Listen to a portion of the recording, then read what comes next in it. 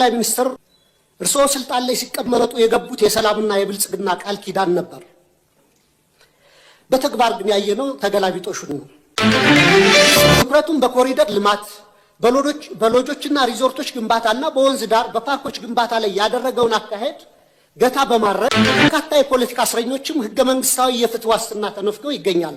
መምህሩ ፈተና አውጥቶ ተማሪዎችን ማሳለፍ ካልቻለና ከወደቁ የወደቀው መምህሩ ነው የሚል ኮመን አባባል አለ በእኛ በአስተማሪዎች ዘንድና ይህን ያክል 92% የመውደቅ ምጣኔ ካለ እኔ ወድቋል ብዬ ማስበው ትምህርት ሚኒስቴር ነው።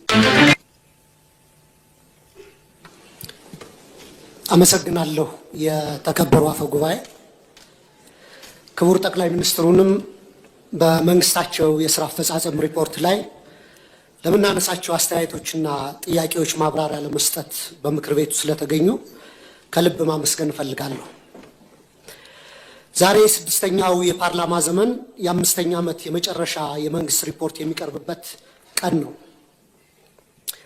ላለፉት 5 ዓመታት ገዢው ፓርቲ የሚያጸድቃቸውን ህጎችና ፖሊሲዎች በጭፍን ሳልደግፍና በጭፍን ሳልቃወም ህዝባችን የሚገረፍበትን አለንጋ እያየሁ ድምፄን ሳላጠፋ የመንግስት አሰራሮችን ያለማወላወል ስተች እንዲሁም ለሀገሬ ይጠቅማል ያልኩትን ሀሳብ ሰነዝር ቆይቻለሁ። የዚህ የስልጣን ዘመን ትዕይንት መጋረጃ ከመዘጋቱ በፊት ግን የኢትዮጵያ ህዝብ ነባራዊ የኑሮ ሁኔታ፣ የየዕለት ተግዳሮትና ጭንቀት እንዲሁም ይህንን አስቸጋሪ የኑሮ ሁኔታ የወለደውን የመንግስትዎን መዋቅራዊ ድክመት የዚህ ዘመን የማይታበል የታሪክ እውነት አድርጌ በታሪክ ፊት ለመመስከር እወዳለሁ። ይህንንም ለማድረግ ማጠቃለያ አስተያየቴና ጥያቄ እንደሚከተለው አቀርባለሁ። 1. የ5 ዓመቱ የኢትዮጵያውያን ተግዳሮቶች። ክቡር ጠቅላይ ሚኒስትር፣ ላለፉት 5 ዓመታት የኢትዮጵያ ህዝብ የከፈለው ዋጋ እጅግ የበዛና ከባድ ነው።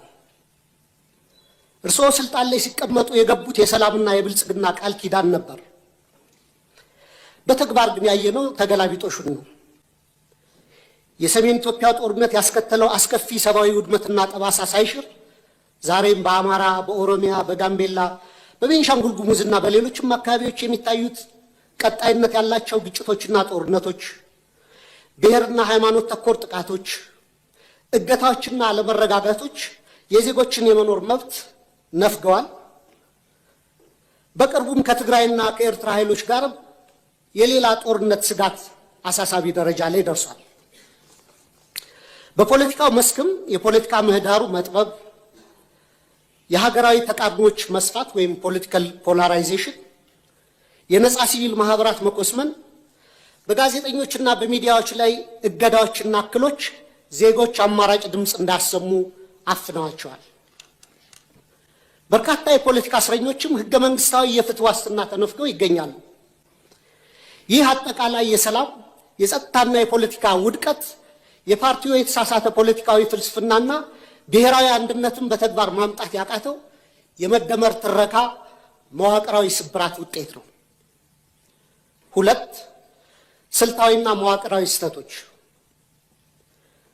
መንግስት የችግሮቹን ስራ መሰረት ትቶ ምልክቶችን ብቻ የመቀጥቀጥና በቁጥር ጨዋታ ህዝብን የማደናገር አካሄድ እየተከተለ ነው። በተላከልን የመንግስት አፈጻጸም ሪፖርት ላይ የሀገሪቱ ኢኮኖሚ በ2018 በጀት ዓመት 10.2 እንደሚያድግ፣ የግብር ገቢ 1.5 ትሪሊየን ብር መድረሱን፣ የሸቀጦች የወጭ ንግድ 11 ቢሊዮን ዶላር ማስገኘቱንና የውጭ ሐዋላ ፍሰት 7.7 ቢሊዮን ዶላር መድረሱ ተገልጿል። ነገር ግን እነዚህ የቁጥር ስኬቶች የዜጎችን የኑሮ እውነታ ፍጹም አይወክሉም። እንዲያውም መሬት ላይ ካለው እውነታ ጋር በጽኑ ይጋጫሉ። ምክንያቱም አንደኛ የኑሮ ውድነትና የዋጋ ግሽበት ከገቢያችን ጋር አልተመጣጠነም። ሪፖርቱ እስከ ግንቦት 2018 ዓ.ም አጠቃላይ የዋጋ ግሽበት 13.4፣ የምግብ የዋጋ ግሽበት ደግሞ 15% ደርሷል ይላል። ይህን ግሽበት ለመደጎም መንግስት 379 ቢሊዮን ብር ማውጣቱ ቢገለጽም በተግባር ግን ባለፉት ዓመታት የተተገበረው የማክሮ ኢኮኖሚ ማሻሻያ ዝቅተኛውን የማህበረሰብ ክፍል ለከፋ ድህነት በዳረገበት ሁኔታ ላይ እንገኛለን። ማሻሻያውን ተከትሎ የመጣው ሰማይ የነካ የዋጋ ግሽበት በሚሊዮኖች የሚቆጠሩ ዜጎችን የመግዛት አቅም ሙሉ በሙሉ አሳጥቷል። ይህንንም ተከትሎ ቋሚ ደሞዝ የሚከፈላቸው የመንግስትና የግል ድርጅቶች ሰራተኞች፣ ዝቅተኛ ገቢ ያላቸው የከተማ ነዋሪዎች፣ አነስተኛ ነጋዴዎች፣ አነስተኛ ይዞታ ያላቸው አርሶ አደሮችና አርብቶ አደሮች ወገኖቻችን በስውር ረሃብ ውስጥ ወድቀዋል። የቤት ኪራይ ከአብዛኛው ዜጎቻችን ወርሃዊ ገቢ በላይ ሆኗል። በአሁኑ ወቅት በሀገራችን መካከለኛ የሚባል የህብረተሰብ መደብ ጠፍቶ ጥቂት እጅግ የበለጸጉና አብዛኛው በድህነት የሚማቀቅ ሁለት መደቦች ሆነዋል። ሌላው የተደበቀ የሀገር ውስጥ ዕዳ መኖሩ በሪፖርቱ መረጃ መንግስት በበጀት ዓመቱ 1.13 ትሪሊየን ብር ብድር መልቀቁንና 91% የሚሆነውም ለግሉ ዘርፍ የተሰጠ ነው ይላል። ክቡራን የብሔራዊ ባንክ ገዥና የፋይናንስ ሚኒስትርን በተደጋጋሚ ላለፉት ዓመታት መንግስት አንድም ሳንቲም የንግድ ብድር ኮመርሻል ሎን አልተበደረም እያሉ ይናገራሉ። ይህ የውጭ ንግድ ብድርን ብቻ ነጥሎ በማየት እውነታውን የማደብዘዝ አካሄድ ነው። መንግስቶ በግምጃ ቤት ሰነድ እና በሀገር ውስጥ የዕዳ ዋስትናዎች አማካኝነት ከሀገር ውስጥ ባንኮችና ተቋማት በቢሊዮኖች የሚቆጠር ብር እየተበደረ መሆኑንና ይህም የሀገር ውስጥ የዕዳ ሸክምን በከፍተኛ ደረጃ እንዳናረው እና የግሉን ዘርፍ ብድር እንዳጣበበው ለምን ተደበቀ? በየጊዜው በዚሁ ፓርላማ የምናጸድቃቸው በቢሊዮኖች ዶላሮች የሚቆጠሩ የእርዳታ ብድሮች ኮንሴሽናል ሎንስ ለምን በሪፖርቱ አይካተቱ? የዕዳው ምንጭና አይነት መለወጡ ዕዳው መኖሩን ያስቀራል ወይ? ሪፖርቱ አሁንም ድረስ ከግል ዩሮ ቦንድ ባለቤቶች ጋር ያለው ድርድር ስላልተቋጨ ሀገሪቱ በከፍተኛ የዕዳ ቀውስ ውስጥ ያለች ወይም ዴት ዲስትረስ መሆኗንም ይሸሽጋል። በእርግጥ ይህን ጥያቄ ካስገባሁት በኋላ አዲስ ዴቨሎፕመንት እንዳለ በሚዲያዎች ተገልጿል። ሌላው የትምህርትና የማህበራዊ ዘርፍ መውደቅ አለ። በሪፖርቱ ላይ 26 ቢሊዮን ተማሪዎች መመዝገባቸው በስፋት ቢወራም የ12ኛ ክፍል ማጠናቀቂያ ፈተና ከወሰዱ ተማሪዎች መካከል 50% እና ከዚያ በላይ ማምጣት የቻሉት 8.7% ወይም 50 ሺህ ተማሪዎች ብቻ ናቸው። ይህም የመንግስትን የትምህርት ጥራት መዋቅራዊ ኪሳራ የሚያሳይ ነው። ክቡር ጠቅላይ ሚኒስትር 8.7% የማለፍ ምጣኔ በየትኛውም ዓለም ታይቶ የማይታወቅ ወይም 92% የመውደቅ ምጣኔ ከፍተኛ የትውልድ ብክነት ወይም ጄኔሬሽናል ካታስትሮፊ ነው። እኔ የህይወቴን ግማሽ ጊዜ በማስተማር ነው ያሳለፉት በተለያዩ ደረጃዎችና ኮመንሊ የሚባል አባባል አለ። መምህሩ ፈተና አውጥቶ ተማሪዎችን ማሳለፍ ካልቻለና ከወደቁ የወደቀው መምህሩ ነው የሚል ኮመን አባባል አለ በእኛ በአስተማሪዎች ዘንድና ይህን ያክል 92% የመውደቅ ምጣኔ ካለ እኔ ወድቋል ብዬ ማስበው ትምህርት ሚኒስቴር ነው።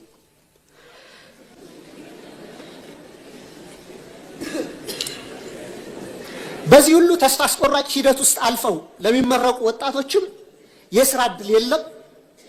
ይባስ ብሎም ወደ 7 ሚሊዮን የሚደርሱ ተማሪዎች አሁንም ድረስ ከትምህርት ገበታቸው ተገልለው ይገኛሉ። ይህ 7 ሚሊዮን አሃዝ ከ20 በላይ የአፍሪካ ሀገራት እያንዳንዳቸው ካላቸው አጠቃላይ የህዝብ ቁጥር በላይ መሆኑንም ልብ ይሏል። ሌላው የሰብአዊ ቀውሶች ትኩረት አለመሰጠቱ ነው። መንግስቱ የመረጃ ማጥራት ስራ ሰርቻለሁ በሚል ሰበብ የሰብአዊ ድጋፍ ፈላጊዎች ቁጥር ከ27 ሚሊዮን ወደ 2.3 ሚሊዮን ወርዷል ይላል።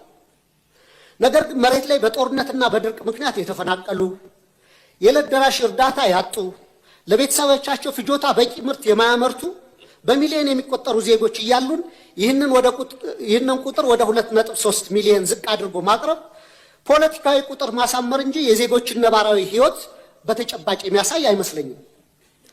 እንደ WFP፣ ፋኦ፣ ፋሚሊ ኢርሊ ዋርኒንግ ኔትወርክ የሚያስቀምጡት ዝቅተኛ ግምት ከ15.8 እስከ 21.4 ሚሊዮን ኢትዮጵያ ከፍተኛ የምግብ እጥረት ውስጥ እንደሚገኙ ነው። መንግስታዊ ካልሆኑ ድርጅቶች ጋር በተያያዘም የእርዳታ እህል አቅርቦት እንዳያከፋፍሉ በመንግስት መከልከላቸውና ወደ ጥሬ ገንዘብ ድጋፍ ወይም ካሽ ትራንስፈር እንዲያተኩሩ ብቻ መገደዳቸው ተገልጿል። ይህም በገበያ ላይ ካለው የዋጋ ግሽበት አንጻር በርካታ ቤተሰቦችን ለከፋ የምግብ ዋስትና እጥረት የሚዳርግ ነው።